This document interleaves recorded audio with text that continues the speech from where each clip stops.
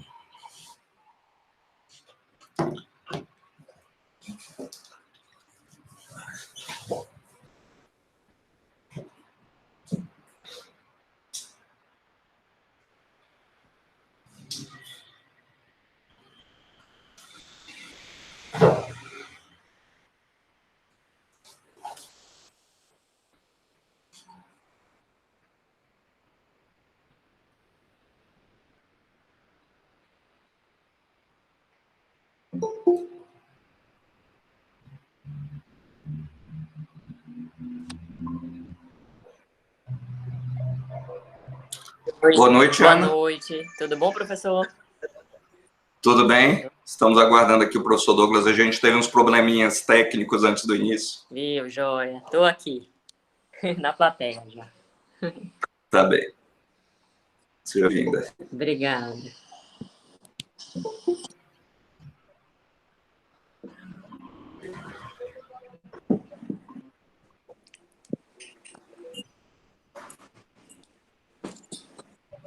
Tudo bem, pessoal? Tudo bem? Tudo bem, tudo bem.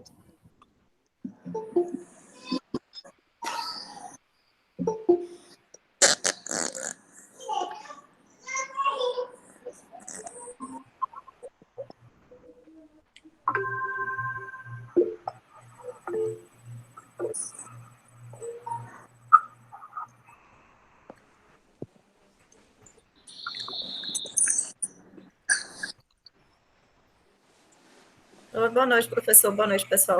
Oi, boa noite, gente. Boa noite. Já temos algumas pessoas, eu já enviei o link lá nos grupos, vamos aguardar o pessoal entrar. Olá, Carol, tudo bom? Oi, tudo bom, professor? Abigail, Rafael, Raquel, boa noite a todos. Vamos aguardar o restante do pessoal entrar para a gente começar, mais 5 minutinhos. Uhum. Tive um pequeno contratempo aí com o aplicativo do Gmeet, então a gente está fazendo através do convite do Fábio, que gentilmente abriu essa sala para a gente, para poder a reunião ser gravada. Gente, eu queria já começar apresentando o Fábio e apresentando o nosso grupo e a nossa oficina de escrita acadêmica para o Fábio, né? Em primeiro lugar, Fábio, esse é um grupo que está sendo construído, né, no programa de pós-graduação da Universidade Católica de Salvador, onde eu sou docente, como você sabe, para estimular alguns debates sobre pesquisa e sobre extensão em direito, né? Como é que a gente pode estimular essa atividade por parte dos discentes, envolver, né, a interdisciplinaridade e principalmente inovar, né? Acho que a gente está muito cansado de ler pesquisa jurídica repetitiva ou com uma escrita que não é adequada. Então, esse convite que a gente fez para você, o nosso grupo de pesquisa se chama Constituição Política e Instituições Judiciais, né? Que está promovendo essa oficina de escrita acadêmica. Algumas das pessoas que estão aqui não são do grupo, mas são da oficina, outras são realmente também do grupo. Então, a ideia de estimular esse debate sobre pesquisa é exatamente a de trazer alguns debates importantes para a gente aperfeiçoar tanto o processo de pesquisa quanto o processo de comunicação científica do que está sendo produzido, né? E aí eu queria, a princípio, agradecer muito ao professor, né, o doutor Fábio Portela, que é meu contemporâneo de doutorado na Universidade de Brasília. Fábio, além de mestre em Direito também pela UNB, é mestre em Filosofia, também pela Universidade de Brasília, foi vencedor do prêmio da ANFOP, né, da Associação Nacional dos Programas de Filosofia, de pós-graduação em Filosofia, com uma dissertação sobre evolução biológica e evolução normativa, né, da mente humana. Fábio pesquisa o tema, né, da evolução e da teoria do direito já há bastante tempo, tem uma larga experiência. Além, né, de ter feito o seu doutorado na UNB, ele passou um período na Universidade de Harvard, onde também publicou um texto na Cornell Law Review, né, Fábio? Então, é uma pessoa que tem, além de... Cardoso, desculpa.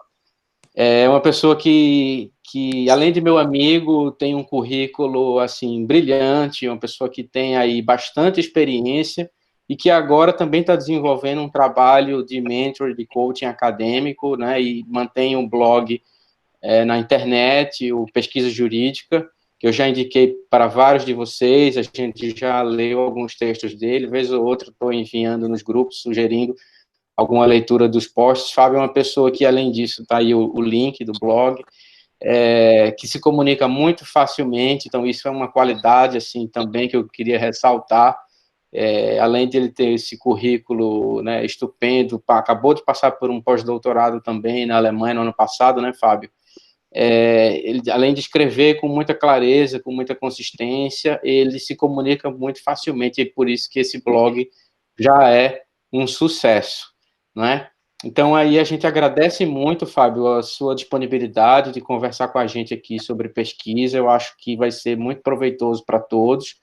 A ideia é que você traga aí algumas exposições, faça uma exposição, né, de algumas dicas práticas de pesquisa, de como ter ideias, né, que é o tema da nossa conversa, sobre pesquisa jurídica, e, além disso, responda as dúvidas aí também dos nossos alunos, dos nossos convidados. Então, obrigado novamente, Fábio, a palavra é sua aí. Fique super à vontade para explorar o tempo da melhor forma. Meia hora eu acho que está bom, talvez seja o suficiente, mais ou menos, fica aí ao seu critério. Tá bom? Novamente, obrigado, um abraço desde o Recife, que eu estou por aqui. Está no Recife, Douglas? Essa é uma das coisas boas da quarentena. Sei que a gente pode dizer isso, né? Nesse período é que a gente pode se aproximar muito estando distante, porque as pessoas têm descoberto essas ferramentas que a gente tem, né? O Google Meet, Zoom e etc., e que possibilitam a realização de eventos com pessoas que, de outro modo, dificilmente a gente conseguiria, né? Porque num horizonte de normalidade, muito dificilmente um evento online seria organizado, né, Douglas? Verdade. Então, a gente está descobrindo novas possibilidades de comunicação da pesquisa, de firmar novas parcerias e novas possibilidades de contato acadêmico. Você comanda aí a participação das pessoas, Douglas? Comando, sim. Concentrar aqui Inclusive, o Maurício acabou de entrar, então aqui a gente já tem uma conexão Brasília, Recife, Salvador e Ribeirão Preto. São Paulo. O Maurício Palma também foi contemporâneo nosso enquanto fazíamos nosso doutorado lá na UNB, né? E está integrando o grupo de pesquisa. Com certeza pode agregar muito aqui nesse evento. Isso. Bom, o Douglas me deu uma tarefa bem complicada, né? Como ter ideias para sua pesquisa jurídica. Esse talvez seja o principal objeto de perguntas que meus mentorandos normalmente fazem a mim, né? Como que eu posso ter uma ideia para uma pesquisa nova, para escrever uma dissertação ou uma tese de doutorado com um tema que não seja tão batido, porque quando a gente pega a maior parte das teses e dissertações, mesmo em tese de doutorado, a gente vê que ainda assim há a repetição de temas que já foram talvez esgotados. É claro que todo e qualquer tema, ele pode ser sempre revisitado a partir de novos ângulos, mas eu diria que existe quase que uma memória coletiva em torno de certos temas, que a cada, não sei, 3, 4, 5 anos, existe um conjunto de temas que agrega tanto interesse que praticamente, vai lá, 40%, 50% das dissertações e teses acabam girando em torno daquele tema. Para dar um exemplo, na minha época de mestrado, isso lá se vão quase 15 anos, estava todo mundo pesquisando o princípio da proporcionalidade. Aí, logo depois, começaram a discutir aborto de feto anencéfalo. Então, tinha dezenas de teses e dissertações sobre esse assunto. Aí, depois, foi a questão do casamento homoafetivo. E assim por diante. Eu não tenho a menor dúvida de que uma das próximas ondas será a Covid, né? E os reflexos jurídicos disso. É claro que aqui eu não estou menosprezando esses temas, não é esse meu ponto. É claro que você pode falar muito bem sobre o princípio da proporcionalidade, ou sobre aborto de feto anencéfalo, ou sobre qualquer uma dessas outras questões, de uma maneira inovadora. Mas o ponto é que muitas vezes facilita tanto o processo seletivo. É claro que aqui eu estou falando, na maioria, para pós-graduando já, para quem está cursando mestrado. Mas um dos aspectos que dificulta muito no processo seletivo é justamente enfrentar temas batidos, porque se você aparece na banca de mestrado ou de doutorado com um tema que todo mundo já está acostumado e está careca de saber, me perdoem aí o linguajar mais coloquial, é justamente o quê? O fato de você estar trabalhando um tema batido. Então, se você apresenta algo novo, uma temática que, no mínimo, atrai a curiosidade da banca, realmente isso vai te dar uma projeção muito maior, tanto perante uma banca examinadora, quanto para a sua própria pesquisa, quando você for defender a dissertação ou a tese, né? Bom, eu queria começar essa exposição falando um pouquinho sobre o próprio sentido da pesquisa jurídica, né?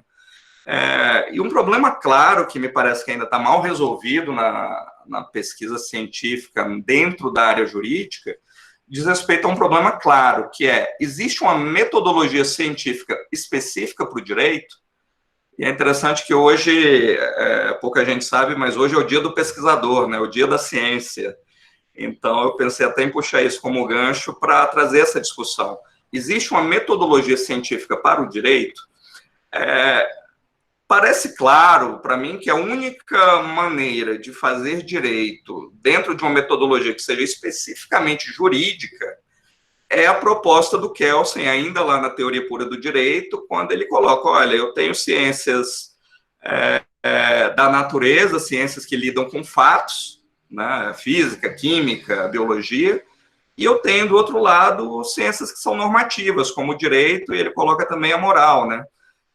Talvez a gente pudesse pensar também na teologia normativa, né? Mas talvez o que Kelsen esteja apontando é o seguinte: se eu for pensar o direito dentro de uma lógica especificamente jurídica, todo o meu objeto de estudo é o quê? A norma jurídica. E aí eu tenho que estabelecer como que elas surgem dentro do ordenamento jurídico e como elas mudam, que são justamente as duas abordagens dele. De outro lado, aí me parece que também dentro dessa linha, embora já traga algumas outras possibilidades que o Kelsen não conseguiu ver, não por deficiência dele, mas pelo tipo de ciência que se fazia na época, é a abordagem do Luhmann, que coloca, o sociólogo alemão, que coloca a seguinte questão quando ele vai definir o direito. O que há de específico na lógica de funcionamento das instituições jurídicas que me torna possível falar que existe, sim, um sistema do direito, um sistema social que opera a partir de uma lógica intrínseca e própria a esse próprio sistema, né? Então, teria duas abordagens aí, e me parece que não são nem tão incompatíveis, né? No sentido de que tanto Luhmann quanto Kelsen reconhecem que a linguagem do direito é uma linguagem específica que o distingue de outras ciências, mas enquanto o Luhmann parte de uma abordagem sociológica para tratar dessa questão, o Kelsen já usa uma abordagem normativa. Agora, Se a gente for pensar em termos de uma ciência do direito keynesiana, a gente talvez tenha uma visão muito pobre do direito, porque tudo que a gente tem são normas. Porque dentro de uma lógica operacional da ciência jurídica, tudo que eu posso falar são de relações de normas com normas. Eu não posso jamais falar dos fundamentos políticos que levaram à criação de uma determinada norma. Não posso tentar explorar o que um juiz pensa quando ele está aplicando a norma jurídica ao decidir um caso concreto. Isso tudo são questões que envolvem sempre, no mínimo, 2 ou 3 ciências diferentes. No primeiro caso, a sociologia, ou a ciência política, e no segundo caso, a psicologia, né? Quando eu penso no que o juiz efetivamente está pensando, ou seja, estou falando de processos psicológicos que passam pela mente do juiz quando ele está enfrentando a decisão. Só que isso para o Kelsen, né, para essa abordagem normativista, de uma epistemologia normativa que ele sustenta, não seria ciência do direito, seria outra coisa. É claro que ninguém aqui está restrito a observar o que o Kelsen preconizava, né? O que eu estou fazendo aqui é um mapeamento de uma certa metodologia de fazer pesquisa jurídica. Por muito tempo, no Brasil, a gente foi orientado a fazer pesquisa jurídica com base nesse viés normativista.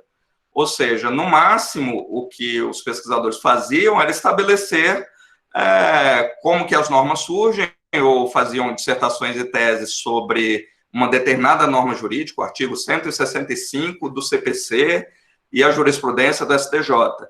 E aí traçava um horizonte de decisões judiciais que tratavam daquele tema, citava doutrina, um pouco de jurisprudência e, no máximo, ia ali no histórico normativo e político que levou à edição da norma para tentar traçar quais foram as preocupações, e pronto, isso era uma pesquisa jurídica. Mas essa abordagem, ainda que seja muito útil, eu não estou aqui menosprezando a abordagem mais normativista sobre o direito, mas ela também limita muito o trabalho do pesquisador em direito, porque existem muito mais coisas a se falar, não apenas das normas jurídicas, mas também da realidade fática, que é afetada pelo direito de algum modo, do que essa abordagem mais normativista significa. Uma possibilidade de ampliar esse horizonte é dada pelo Proman, quando eu busco abordar justamente o contato entre um sistema parcial, né, um sistema social específico, como é o direito, com outros sistemas sociais. Então, a teoria lumaniana ele já dá algumas possibilidades de pensar o direito a partir de outras perspectivas. É só uma questão de trabalho aqui que surgiu rapidinho. Prometo responder em 30 segundos. Tranquilo, Fábio.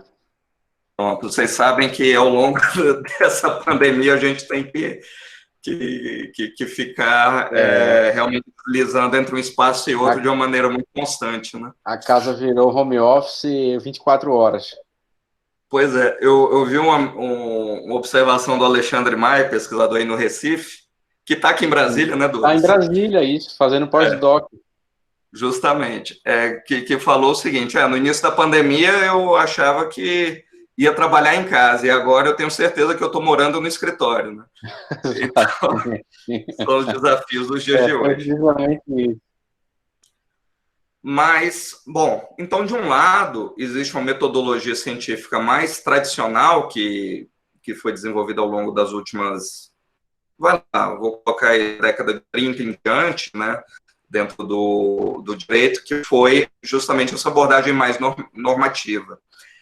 E nas últimas décadas, aí vou colocar dos anos 90 em diante, começou progressivamente a surgir uma outra abordagem, que é justamente a de tentar enfrentar os problemas jurídicos, não apenas adotando uma abordagem especificamente normativa, mas buscando problematizar essas questões a partir de outras abordagens. E aí o direito passou a se abrir, o direito como ciência, né, como abordagem teórica, passou a se abrir realmente para outras abordagens, que vêm da sociologia, da economia, da filosofia, apesar do status científico da filosofia ser sempre algo que está em questão, mas é sempre uma abordagem que orienta muito os trabalhos jurídicos, né, da história, da ciência política e assim por diante.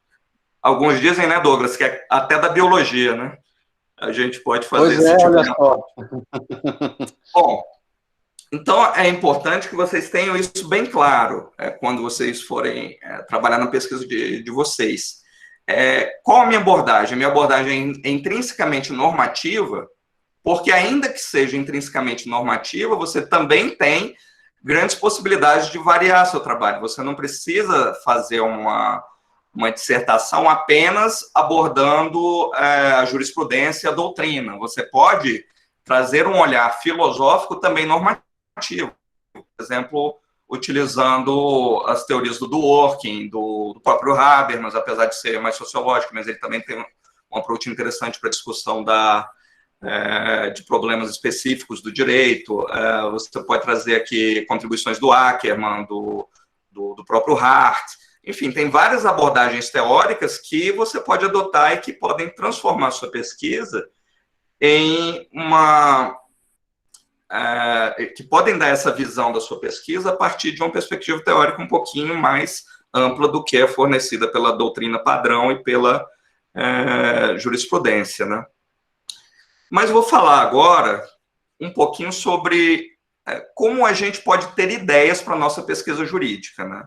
E mais importante, como que a gente pode desenvolver ideias originais para uma dissertação ou tese de doutorado.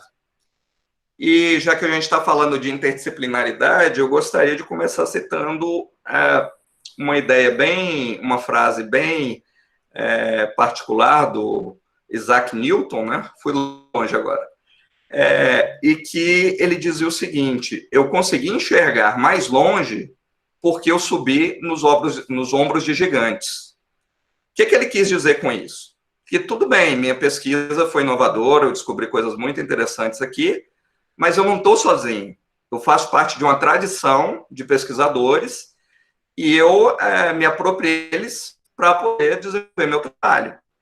Então, é importantíssimo a gente largar a ideia, deixar de lado a ideia de que pesquisa jurídica se faz sozinho. Ainda que seja ou num grupo de pesquisa, ou num horizonte como esse que o Douglas está propondo para vocês, ou mesmo se apoiando na literatura, tenha certeza, nenhuma ideia que você tenha, por mais original que seja, é exclusivamente sua. Ela vai pertencer a uma tradição, ela vai pertencer a um conjunto de ideias e conceitos que estão entrelaçados e que fazem parte da trajetória que levou você até essa ideia. Então, lembre-se sempre disso. Se está faltando ideia, está faltando, no mínimo, duas coisas. Maior contato com outros acadêmicos para discutir suas ideias, discutir o problema que você está pesquisando, e está faltando leitura. Eu sei que pode parecer grosseiro eu falar isso, mas quanto mais a gente lê, mais ideias vão se formando na nossa mente. A gente vai refletindo sobre aquelas questões, começa a fazer ligação entre um texto e outro, e as ideias vão aparecendo. Agora, a maioria do... Eu vou colocar, né, desse termo pode soar um tanto problemático, mas eu vou arriscar aqui minha cota de senso comum, dizendo que a maioria dos pesquisadores em direito ainda adotam uma abordagem normativista, e por isso encontram muita dificuldade de encontrar ideias novas para conduzir uma pesquisa jurídica. Por quê? Imagina, eu vou fazer uma pesquisa sobre o artigo 5º, 55 da Constituição. Existem dezenas de trabalhos sobre isso, além dos manuais, evidentemente, de direito, da jurisprudência da STF. Então, assim, ou eu faço uma pesquisa histórica que provavelmente já foi conduzida por outras pessoas, ou eu realmente vou ter que usar muito para encontrar alguma coisa de novo para se falar tão abstratamente do artigo 5º, inciso 55 da Constituição. Agora, se eu quiser explorar, por exemplo, como que o artigo 5º 55 veio parar na Constituição brasileira, de 88? Aí eu já posso tentar fazer uma reconstrução histórica que, embora tangencie a normatividade do artigo 5º 55, já me traz um approach histórico que garante uma maior inovação na pesquisa, porque eu não estou apenas explicando o sentido dogmático daquele dispositivo, e sim reconstruindo a própria história dele. Nós temos um exemplo aqui com o professor Douglas Zaidan, que fez um trabalho fantástico sobre a questão da imparcialidade judicial. Se ele fosse pesquisar apenas a ideia de imparcialidade judicial, do ponto de vista processual, eu tenho certeza que não seria um trabalho tão relevante quanto mas ele foi nas raízes históricas do conceito e também fez um approach dentro da jurisprudência brasileira, mas tendo esse olhar histórico como ponto de partida. Bom, dito isso, como é que a gente pode ter ideias que seriam totalmente originais? Eu gosto de pensar em algumas estratégias. A primeira delas, e todas elas fundamentadas nessa ideia grande que eu coloquei, que é de que a gente sempre está subindo nos ombros de outras pessoas, né? E quanto mais gigantes forem essas pessoas, e quanto mais gigantes a gente tiver a nosso favor, melhor, né? Ou seja, quanto mais literatura, quanto mais estudo teórico e histórico, empírico a gente tiver, mais fácil de você desenvolver ideias originais para a sua pesquisa. Então, um exemplo de estratégia para você desenvolver ideias originais é desenvolver melhor conceitos de outros autores. Então, você pode pegar um conceito, de repente, que o Luhmann utiliza e tentar explorar melhor aquele conceito, tendo em vista outros autores que discutiram aquela questão. Então, você já tem um trabalho original, embora ele seja baseado em um autor específico, no caso, o Luhmann ou Kelsen. Digamos que você tem um conceito de normatividade em Kelsen e tem também Luhmann, e você pode traçar uma pesquisa comparando os conceitos e as formas de uso do conceito entre os dois autores, por exemplo, né? É claro que você, na pesquisa, não vai ficar apenas nos dois. Você vai ter que estudar todo o background teórico do Luhmann, todo o background teórico do Kelsen, para tentar encontrar entrelaçamentos que expliquem a adoção desse conceito e como esse conceito se expressa em um autor e no outro, né? E assim por diante. Outra estratégia interessante para usar teorias já desenvolvidas para desenvolver ideias originais é aplicar teorias que já estão em voga há muito tempo para investigar problemas novos, né? Muitas vezes, boa parte das dissertações e teses apenas se concentra em explicar melhor aquele autor ou aquele conjunto de autores que faz parte da dissertação ou da tese. Mas isso leva, de novo, a um trabalho dogmático que é ruim. Dogmático por quê? Porque fica girando sempre em torno da mesma temática, sem trazer um aporte, que muitas vezes é essencial, de outra literatura. Então, quando você utiliza a teoria específica para discutir um tema novo, aquele tema pode até estar um tanto batido, mas se você dá um approach teórico diferenciado, você já tem aí também um tema novo para investigar. E, principalmente, se esses problemas tiverem uma natureza empírica, não for um problema meramente teórico. Quando eu falo em meramente teórico, eu não estou criticando aqui teses e dissertações que tenham uma natureza mais teórica. Mas quando você tem um problema concreto que pode ser bem discutido a partir de um marco teórico específico, a partir do qual pouca gente fez pesquisa, com certeza você pode trazer algumas conclusões novas que podem ajudar a iluminar o panorama a respeito daquele tema, né?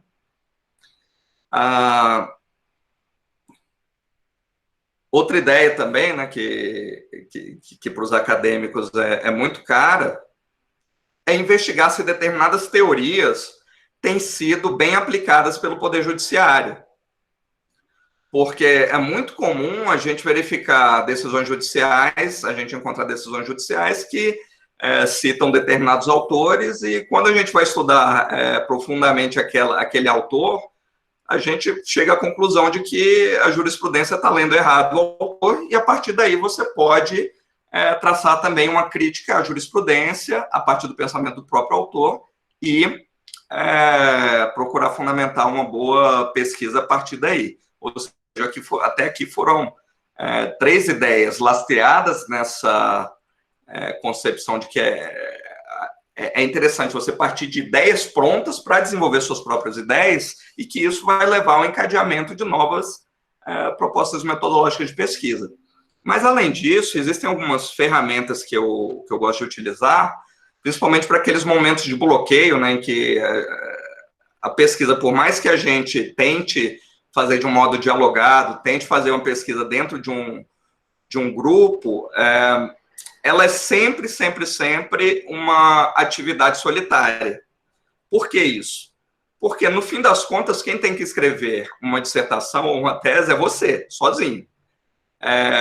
Tudo bem, você pode até discutir, você pode ler outros autores, você pode buscar ter todo esse aporte de outras ideias para contribuir com o seu trabalho, mas, no fim das contas, quem tem que redigir o trabalho é você sozinho. E, para isso, existem algumas ferramentas que ajudam você a desenvolver melhor algumas ideias centrais que você já pode ter tido, mas que não consegue desenvolver melhor. Um exemplo, brainstorming. O que é o brainstorming? É uma ferramenta que surgiu em contextos de administração de empresas, né? Que é aquela ideia de que uma empresa está enfrentando um bloqueio mercadológico, ela não consegue colocar seu produto no mercado, mas ela sabe que tem um bom produto e, por conta desse bloqueio, não consegue vender ou aumentar as vendas, enfim, enfrenta algum problema mercadológico. E aí, o que as pessoas fazem? Elas se reúnem e vão jogando ideias sem um viés crítico. Esse é um ponto importante do brainstorming. É você apresentar ideias sem criticar essas ideias antes. Por quê? Porque, num segundo momento, depois que você já tem uma lista de ideias encadeadas, aí sim você pode lançar seu olhar crítico para ver o que se salva daquelas ideias e o que não se salva. E muitas vezes, ideias que de início parecem absurdas e surgem nesse processo de brainstorming, depois você começa a ler outros textos a partir daquela ideia que você sinalizou e começa a verificar que a ideia pode ser que faça algum sentido se você conseguir desenvolvê-la melhor. Então, a ideia do brainstorming é, numa primeira etapa, você lança as ideias na folha de papel, 10, 15, 30 ideias, e na segunda etapa você vai lançar um olhar crítico, descartar aquelas ideias que são mais absurdas, que são menos produtivas, e a partir daí você começa a dar um aprofundamento naquelas ideias que parecem ser mais interessantes. Eu uso muito o brainstorming para organizar a estrutura de um trabalho acadêmico que eu esteja fazendo, porque muitas vezes você tem todas aquelas ideias sobre conceitos e temas que você quer abordar num paper ou na dissertação, mas não está claro ainda como essas ideias se organizam entre si. Então, o que eu uso? Primeiro eu faço um brainstorming, descarto as ideias que são mais absurdas, e depois eu utilizo uma estrutura que é muito conhecida como mind map ou mapa mental, não sei se vocês conhecem. Eu trouxe aqui um exemplo, vou pedir licença para o Douglas para compartilhar. Foi um exemplo que eu encontrei aqui na internet. Hoje, já estou terminando, viu, Douglas? Então, vou cumprir nosso cronograma. Mas a ideia do mapa central é o quê? No centro, você coloca um conceito central e depois faz as ligações entre esse conceito e conceitos que derivam dele. Por exemplo, aqui o tema central é mapa mental, um primeiro branch é planejamento, em vermelho, aí o planejamento se desdobra em projetos, metas e estratégias, isso se relaciona com a ideia de visão geral, que está lá no verde, que é um branch do branch benefícios, né? Então, aqui você tem 5 branches que saem, 5 ramos que saem do conceito mapas mentais e se desdobram em outros ramos. Essa mesma ideia pode ser aplicada para uma tese, ou para uma dissertação, ou mesmo para um artigo. Você pode colocar o conceito central, a ideia central que você quer defender no centro dessa tela, né? E a partir daí, ir colocando quais são as possíveis implicações daquele conceito, daquela ideia que você quer desenvolver. Por exemplo, pode colocar devido processo legal como tema central, e aí o primeiro ramo pode ser história. Aí dentro de história, você pode colocar história inglesa, história francesa, história alemã, E aí, depois, pode ser que ao longo da pesquisa você veja que talvez não precise abordar a história alemã, por exemplo, ou que talvez seja interessante acrescentar a história italiana. Enfim, aqui é só uma ideia de como o mind map pode ajudar no desenvolvimento de algumas ideias, porque normalmente a gente tem uma grande ideia, mas não tem muita noção de como ela se ramifica em outras ideias menores. E um trabalho de fôlego, como uma dissertação e uma tese, nada mais é do que o desenvolvimento daquela ideia maior a partir de muitas ideias pequenininhas que vão se entrelaçando ao longo do trabalho, né? Outra ferramenta que eu acho muito importante, não sei, provavelmente o Douglas já mencionou uma delas para vocês, são ferramentas de controle estrito da bibliografia, como, por exemplo, o Zotero, o Mendeley e o Papers, que são ferramentas, são programas mesmo, são aplicativos online, alguns deles têm ferramentas para celular também, não apenas para computador, né?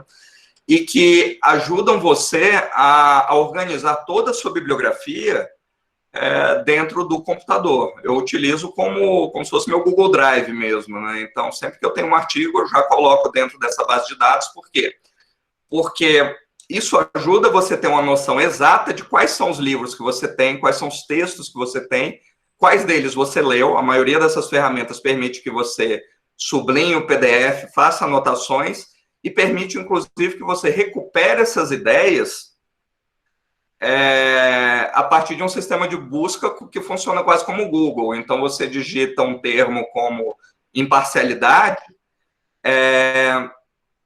e o programa faz a busca dentro de todos os textos que você tem no computador, né, que estão dentro do programa, que contém aquele termo. Então, isso torna muito mais fácil você identificar textos que, muitas vezes, de outro modo, não seriam encontrados, porque guardar tudo na cabeça, guardar todas as referências bibliográficas na cabeça é uma tarefa hercúlea que ninguém conseguiria fazer e que, na verdade, não é para isso que nossa mente serve. Nossa mente serve para quê? Para processar informações e para processar essa bibliografia que você lê. Para concluir essa exposição e abrir para perguntas, eu queria deixar algumas ideias aqui que vocês podem utilizar como norte para garantir que as ideias que vocês têm são ideias boas e inovadoras. A primeira delas seja comprometido com o seu problema de pesquisa. Você tem que acordar com um problema de pesquisa, almoçar com ele, jantar com ele e dormir de noite com o seu problema de pesquisa. Por quê? Isso tudo vai levar um input de ideias para dentro da sua consciência que muitas vezes vai fazer correlações de modo até inconsciente. Nossa, aí o Douglas também deve ter relatos parecidos, mas quantas vezes eu não tive ideias dentro do banho mesmo? Eu estou lá tomando banho e de repente, putz, tem que anotar isso. E essa outra dica, eu tenho que chegar, olha, teve a ideia, anota. Eu tenho um programa de anotação no celular, programa de anotação, eu uso o Notas da Apple, né? Mas isso daí pode ser um e-mail que você manda para si mesmo, pode ser Google Docs, enfim, cada um aí tem sua abordagem. Mas é importante anotar, por quê? Porque a nossa memória é falha. Então, às vezes, você tem um insight importantíssimo em momentos mais absurdos, está andando de bicicleta, tá tomando banho, tá jantando, e se você perder aquilo, você pode ter perdido uma ideia muito boa para a sua tese ou dissertação. Segunda ideia, deixe sempre a porta aberta para contato com outras pessoas. Se você se fechar e fechar sua pesquisa para o seu horizonte pessoal, sem dialogar com outros, você vai ver que suas ideias vão minguar. Por quê? Porque os outros provavelmente vão apresentar objeções para o seu trabalho que você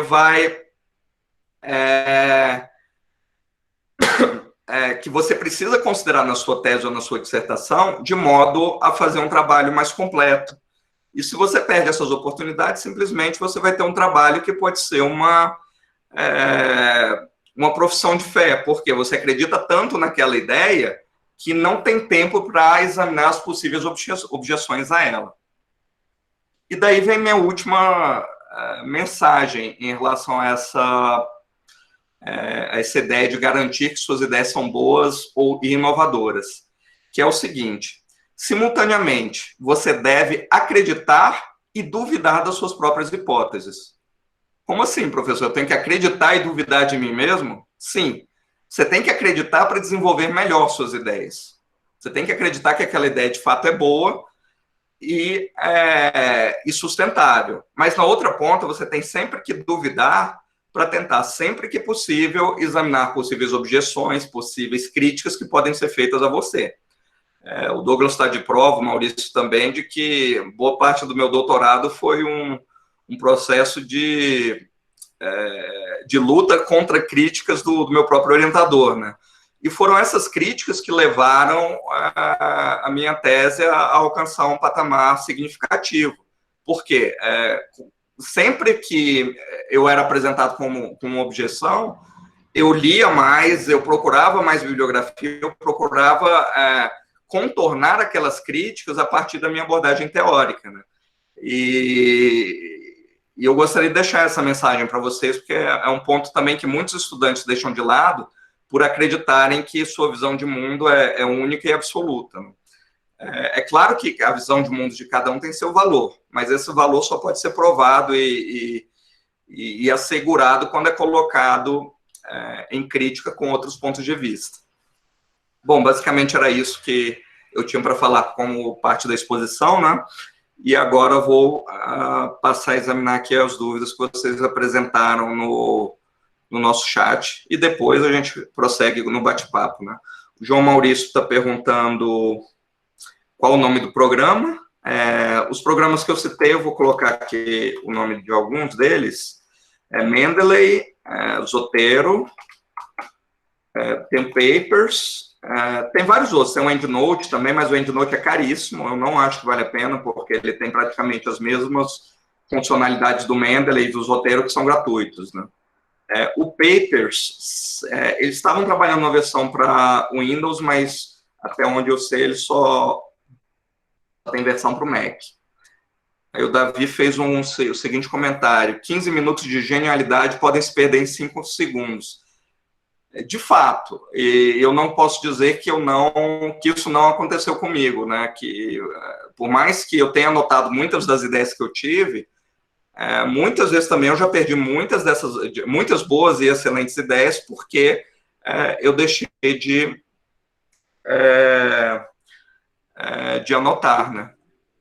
Então, realmente, eu recomendo que vocês andem ou com um caderninho, para quem gostar mais de escrever à mão mesmo, ou um aplicativo no celular, um aplicativo no computador, enfim. Hoje em dia, existem muitas ferramentas online que facilitam muito esse trabalho de tomar notas, né? O que eu faço? Eu crio um arquivo chamado Minhas Ideias e vou jogando as ideias lá dentro, né? E aí, à medida que eu vou organizando o meu trabalho, eu coloco as ideias de uma maneira mais organizada. Então, eu posso colocar, essa primeira ideia aqui vai para o capítulo 3, essa segunda ideia vai para o capítulo 4, essa outra ideia eu pensei melhor e não é tão boa assim, aí eu risco. Enfim, dá para você fazer esse gerenciamento de uma maneira mais organizada, né? A Abigail está perguntando: no papear, as ramificações do tema central seriam os capítulos ou subcapítulos? Aí, Abigail, imagino que você esteja perguntando sobre os mapas mentais, né?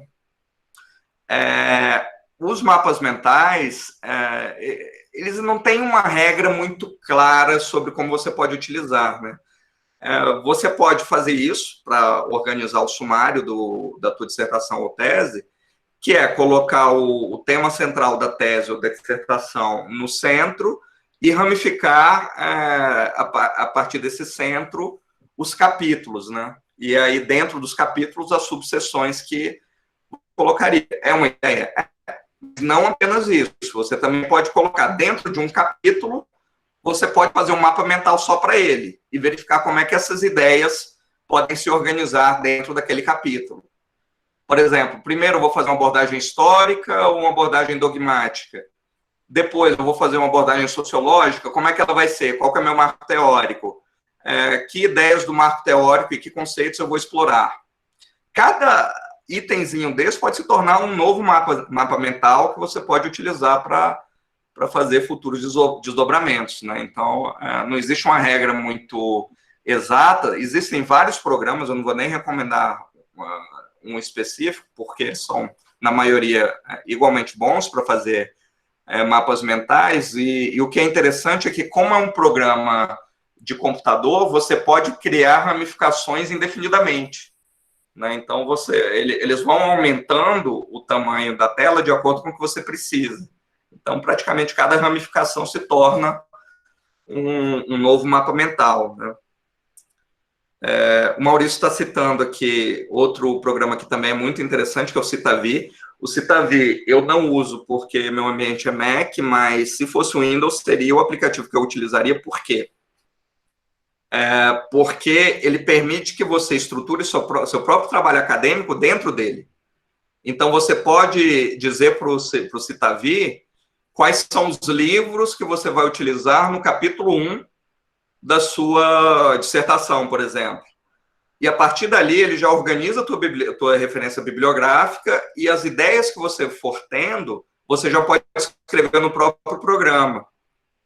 Então, você já vai fazendo as relações entre um livro e outro, entre um texto e outro que você vai citar, com tuas ideias, e já fazer também o controle da bibliografia que você está citando dentro do próprio aplicativo, né?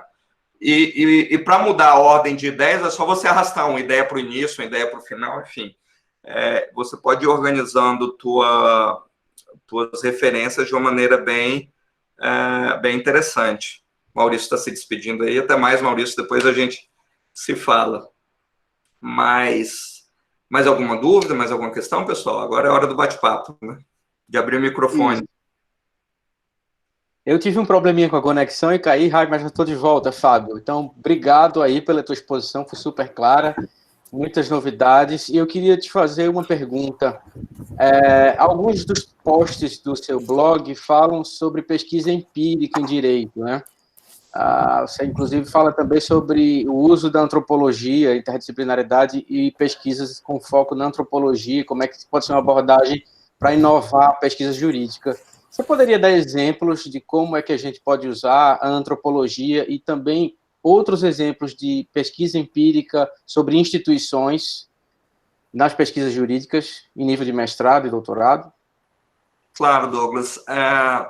A pergunta é muito interessante porque ela revela um foco bem contemporâneo a respeito da metodologia na pesquisa jurídica.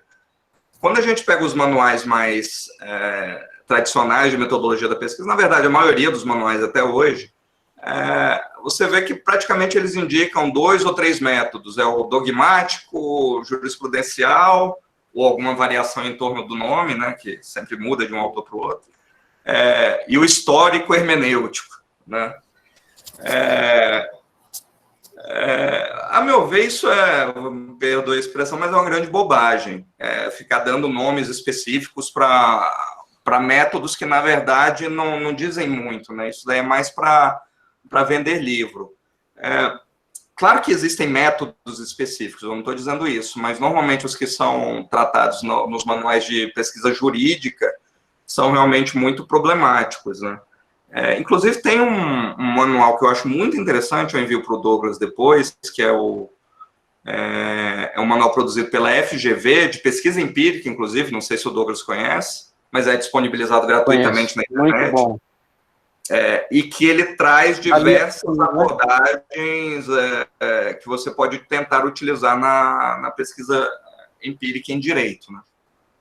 Mais especificamente com abordagem antropológica, eu penso que é preciso afastar a ideia de que a antropologia tem a ver apenas, exclusivamente, com um trabalho relativo, por exemplo, a comunidades indígenas, que a maior parte das pessoas, quando pensa em antropologia, já pensa, vou trabalhar com viés antropológico, então vou ter que ir para uma tribo indígena, morar lá 3 meses e fazer minha pesquisa em cima disso. Sim, não. Se você quer compreender, se o propósito da tua pesquisa é compreender como uma determinada tribo se organiza juridicamente, em termos de normas jurídicas, ok, vai em diante, nada contra, é uma pesquisa jurídica.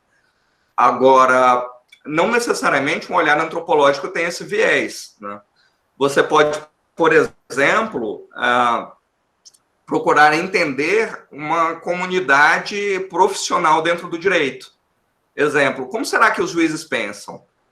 Qual a comunidade em que os juízes estão inseridos? Será que eu posso dizer que os tipos de grupos sociais onde os juízes estão normalmente inseridos afeta a maneira com que eles pensam o direito? Isso tudo são perguntas sociológicas, né? Então, você pode tentar entrar em acordo com o TJ, pedir autorização para um juiz ou para um desembargador, para tentar acompanhar o dia a dia, para tentar identificar justamente essas premissas, que têm uma natureza antropológica, mas é uma antropologia focada no direito. E aí você vai ter uma vasta bibliografia sobre isso, que ensina esses métodos, vindo aí de Malinowski, que talvez seja o principal inaugurador desse tipo de abordagem, né? Ou do Evan Pritchard, ou do próprio Durkheim, que tinha uma abordagem, embora fosse um pouco mais normativa a respeito dessa visão sobre pesquisa sociológica, antropológica, mas existem essas possibilidades. Vocês vão rir de mim, mas Alexa, parar. Muito bom. Tinha um alarme ali.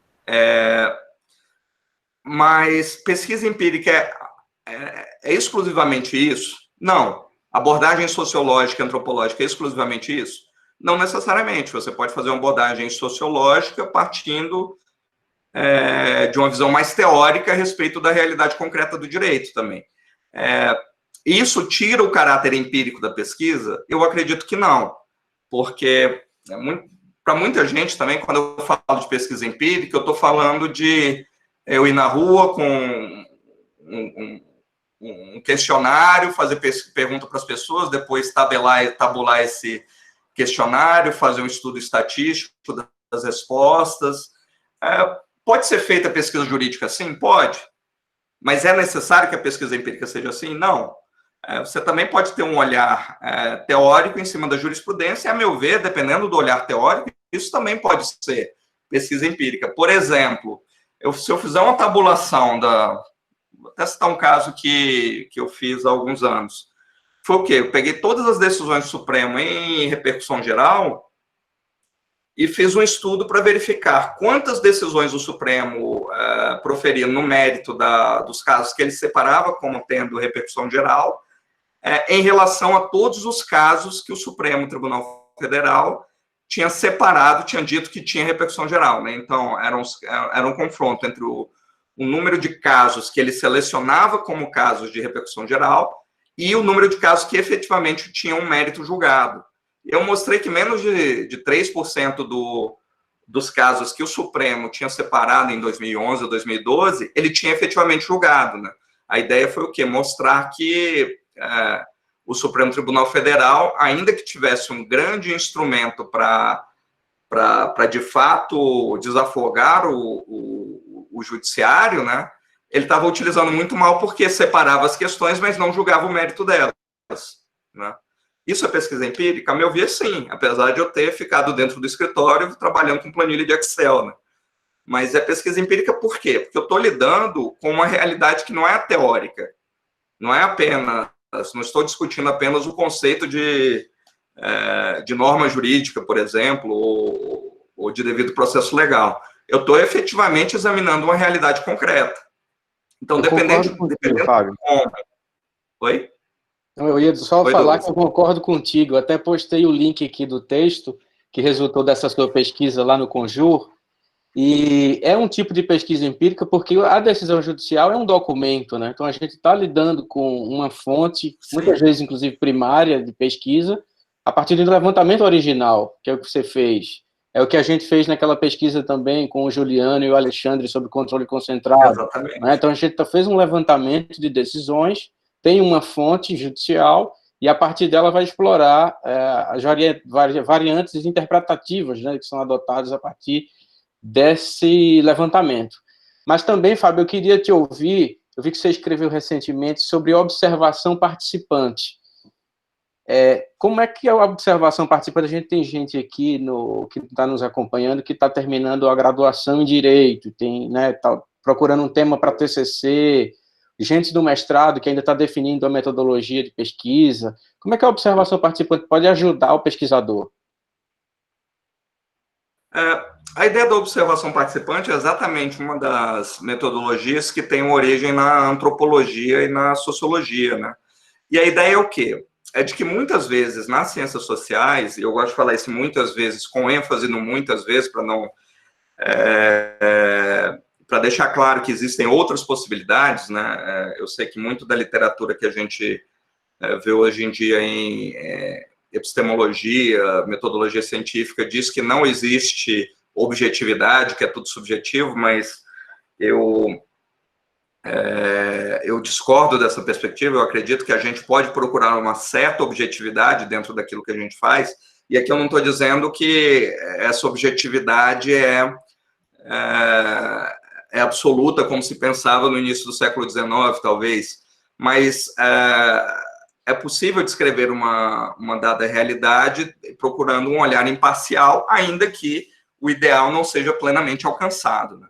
Mas a ideia que está subjacente à observação participante é você, como participante de uma determinada comunidade jurídica, ou comunidade em geral, né, não apenas jurídica, porque o método vem da antropologia, da sociologia, para estudar outras realidades,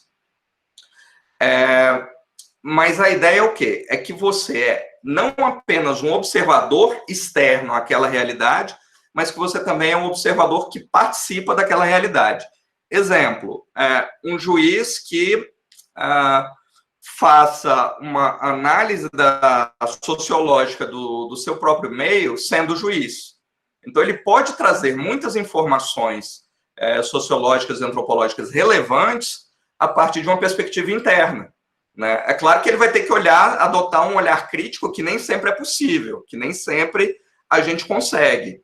Mas ele pode trazer alguns dados que podem ser estudados depois com a perspectiva teórica externa, por sociólogos, antropólogos ou mesmo juristas, e que podem revelar alguns dados da realidade, que foram revelados por aquele discurso. Então, muitas vezes, uma pesquisa ela é o ponto de partida para muitas outras pesquisas. E eu diria que as melhores pesquisas são assim, né? Elas são também pontos de partida teóricos e empíricos para que outras pesquisas se construam a partir dela. Sobre o método da observação participante, a ideia é o quê? É justamente tentar identificar quais são as variáveis que influenciam aquele fenômeno que se deseja observar. Se, por exemplo, digamos que a gente está tratando desse caso do juiz que quer falar sobre comportamento judicial. Ele pode, por exemplo, tentar avaliar com perspectiva crítica o modo como ele decide se vai receber determinados advogados ou não. A gente sabe que os juízes muitas vezes têm uma grande discricionariedade para isso. E ele pode tentar problematizar a partir de uma perspectiva interna o que ele está fazendo em sua atividade, né? Ou como os estagiários são aproveitados naquele ambiente, no ambiente judicial, se é só como massa de mão de obra barata ou se efetivamente ele está tentando ensinar alguma coisa para os estagiários.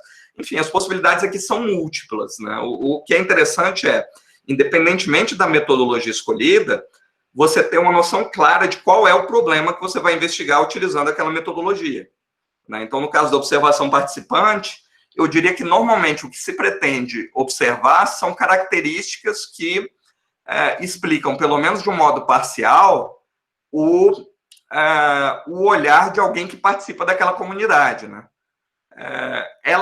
Embora eu tenha citado aqui o caso de um juiz que eventualmente está fazendo mestrado ou doutorado, mas pode ser também um pesquisador que está observando como participante aquela atividade, apesar de ser um observador externo. Por exemplo, um sociólogo que convive com o juiz ou com alguns juízes por 3, 4 meses, justamente para tentar registrar essas premissas normativas com que os juízes e o corpo de auxiliares, né, os servidores, técnicos, etc., operam naquele ambiente. Né? Então, assim, não necessariamente para adotar essa abordagem você precisa ser alguém daquela comunidade, você pode ser alguém externo, mas tem que necessariamente conviver com aquela comunidade por um tempo. Né? A origem desse método é justamente com o Malinowski, né? E surge na tentativa de compreender os pressupostos sociológicos de uma comunidade de caçadores-coletores. Né? Então, é claro que o Malinowski não era um membro daquela comunidade, ele era um observador externo, mas ele foi lá e passou alguns anos convivendo com aquela realidade, de modo a tentar entender as premissas da vida daquela coletividade. Né? E a gente pode transplantar isso para a pesquisa jurídica também de várias maneiras.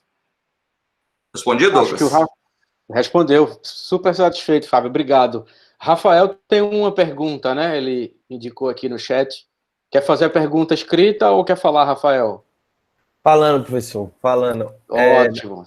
Na verdade, duro.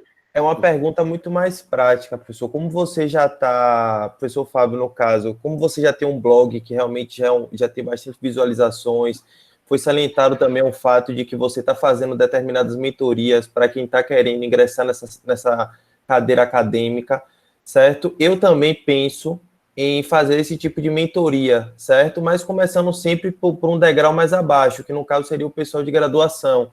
Fazer esse acompanhamento. Como a gente também já está agora no mestrado, a gente começa a ver inúmeros outros doutrinadores e pensadores, filósofos, etc. Eu queria saber como a gente poderia estar ajudando esses alunos, até na questão mesmo de mentoria mais prática, para eles estarem fazendo um bom TCC ou até mesmo um artigo, mesmo que não seja uma monografia, mas até um artigo que seja interessante. Quais são os primeiros passos para você começar a iniciar essa mentoria com o aluno? Então, a pergunta é excelente, Rafael, até porque essa ideia de mentoria, eu sei que o Douglas falou em coaching antes, vou puxar a orelha dele depois, qual que é a ideia da mentoria? Ela é uma metodologia de trabalho, né, muito utilizada nos Estados Unidos, justamente a partir da ideia de que eu sou o mentor é o quê? É uma pessoa que é mais experiente em uma determinada atividade. E que, a partir dessa experiência, ele pode ensinar outras pessoas a se desenvolver naquela mesma atividade. Né? Por que eu brinquei aqui com a ideia do coaching? Primeiro que eu acredito que a ideia de coaching, embora seja muito útil, não está bem desenvolvida aqui no Brasil. Né? Então, muita gente acabou fazendo um trabalho que, a meu ver, é muito ruim, que acabou levando o coaching para uma ideia de que é uma maneira de ganhar dinheiro rápido, sem saber o que fazer e levando os outros pelo mesmo caminho, mas me pagando uma comissão. E a ideia da mentoria, não. A ideia realmente é passar um pouco da experiência que eu tenho como pesquisador para quem me contrata com o objetivo de fazer essa pessoa se desenvolver. Né? Agora, nos Estados Unidos, muitas universidades têm procedimentos de mentoria, tanto a partir de professores que reúnem um grupo de alunos como seus mentorandos, né, para ele realmente passar a experiência dele, como é que ele se desenvolveu profissionalmente, tentar passar o olhar dele sobre as profissões jurídicas, sobre a pesquisa jurídica, enfim. Tentar realmente ser alguém que, com sua experiência, ajuda os alunos a tomarem decisões profissionais e acadêmicas melhores, né? No Brasil, isso ainda não está muito desenvolvido, né? Pelo menos até o momento em que eu comecei a oferecer esse trabalho, naquele momento era só eu que oferecia, hoje eu estou vendo que já existem outras pessoas, eu acho isso muito interessante, porque você começa a gerar uma cultura em que essa experiência é passada.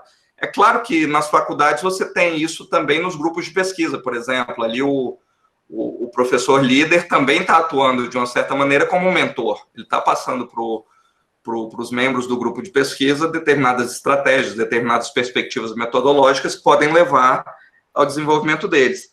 Agora, essa tua ideia eu acho bem interessante, de os próprios mestrandos passarem a experiência para os alunos, porque vai, gerando uma cultura de mentoria ali dentro, né?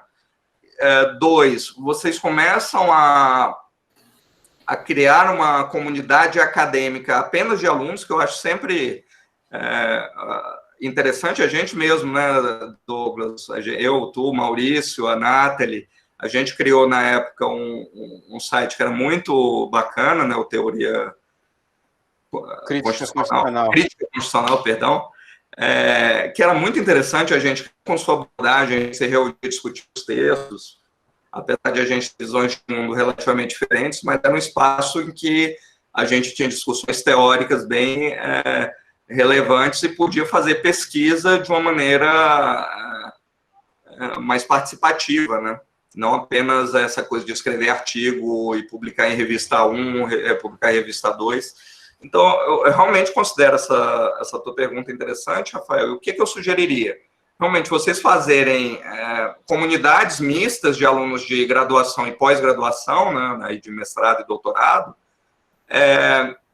e fazer rodas periódicas de conversa sobre o TCC dos alunos, para vocês passarem a experiência de vocês como mestrandos, como eventualmente doutorandos, não sei exatamente qual a composição demográfica aí do grupo, para ir passando esse know-how, pegando as dúvidas deles. E isso vai levar ao crescimento de vocês como acadêmicos e também vai levar ao crescimento deles como pesquisadores, eu não tenho a menor dúvida. Fábio, super obrigado, mas eu tenho mais uma pergunta e queria que você fizesse depois as considerações finais. Um dos problemas que a gente tem enfrentado, todo mundo aqui, né, mestrando, pesquisador, professor, que também é profissional do direito, sei lá, advogado, analista, trabalha no tribunal, é o gerenciamento de tempo para fazer pesquisa, né? Inclusive agora na pandemia, porque o fato de estar em casa, como o Alexandre da Maia, que você citou, né, falou, transforma a nossa casa em escritório, não o contrário. Então, como é, assim, eu queria te ouvir, eu te conheço já há bastante tempo, claro, mas eu queria que você expusesse aqui como é que você gerencia teu tempo para fazer pesquisa. Você é um cara que produz, que está publicando, mas você também trabalha no Tribunal Superior do Trabalho, né? Você também tem uma assessoria lá, e é uma pessoa que tem uma experiência, né, interdisciplinar interessante. Como é que você faz na tua rotina, Fábio, para administrar o tempo? E aí então, você já emenda com as considerações aí finais para a gente encerrar. A pergunta é bem interessante, Douglas. O primeiro aspecto, né? Eu até, nesse panorama da pandemia, nem posso dizer que eu sou um grande exemplo de estar sabendo gerenciar o tempo, né? Mas em regra, a ideia clara que você tem que ter eu preciso ter um tempo específico onde eu não vou fazer mais nada a não ser pesquisar. Entendeu? Então, você trabalha de 10 às 6, de 10 da manhã às 6 da tarde, ok.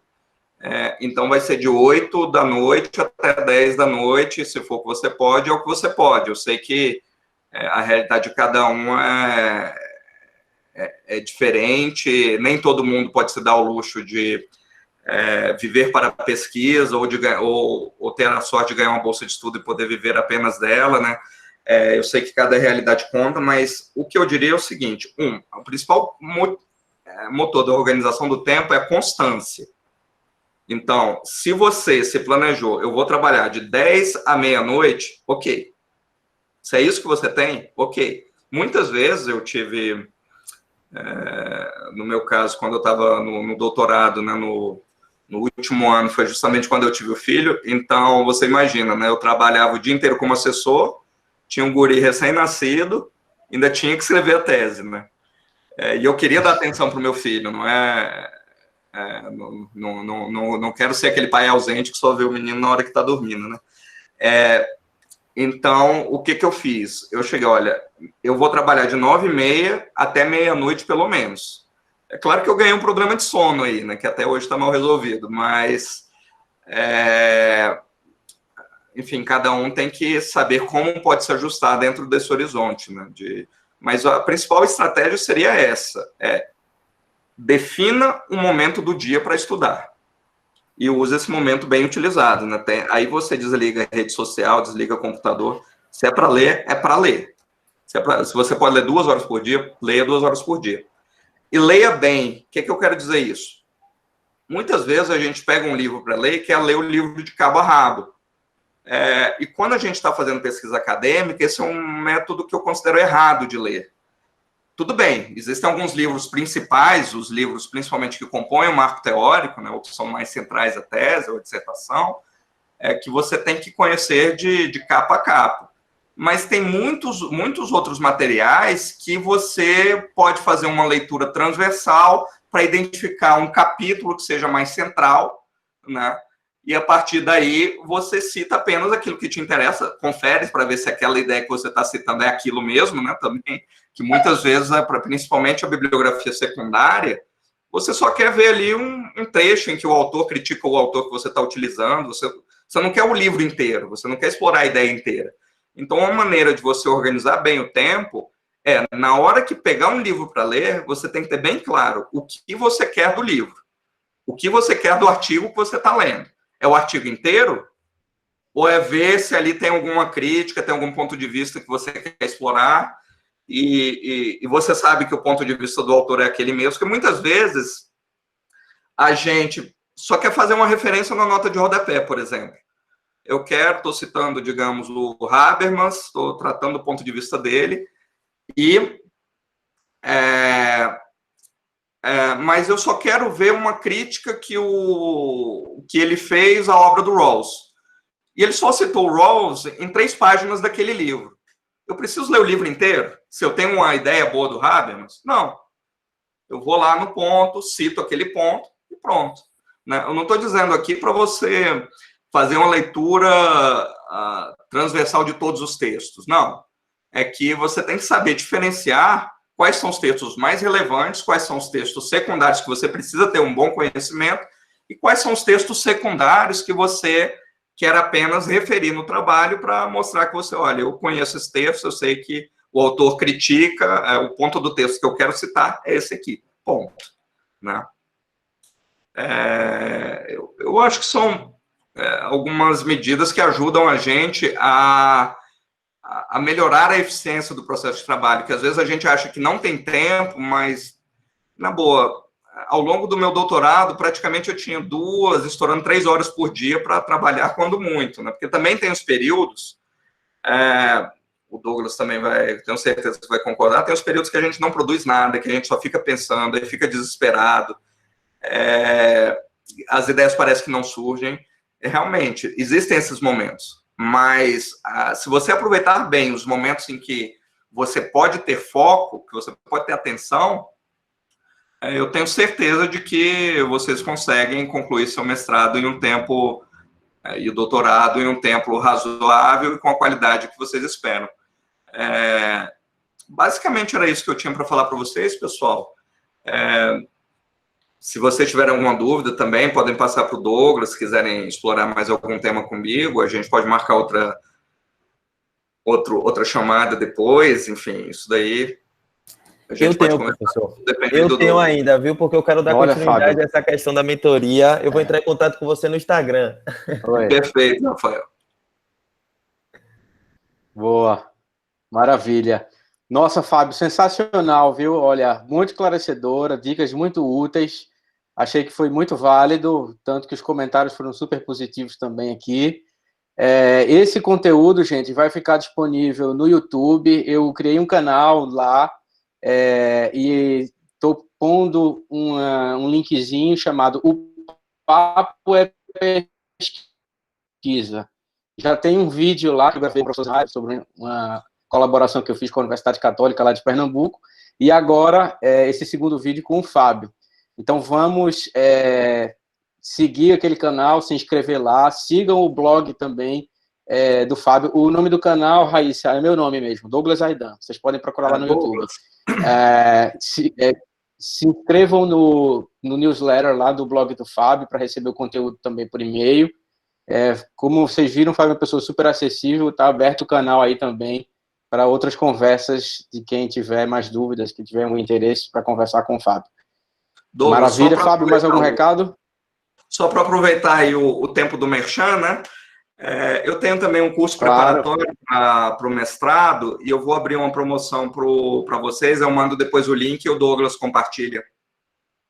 Pode ser, Douglas? Sensacional.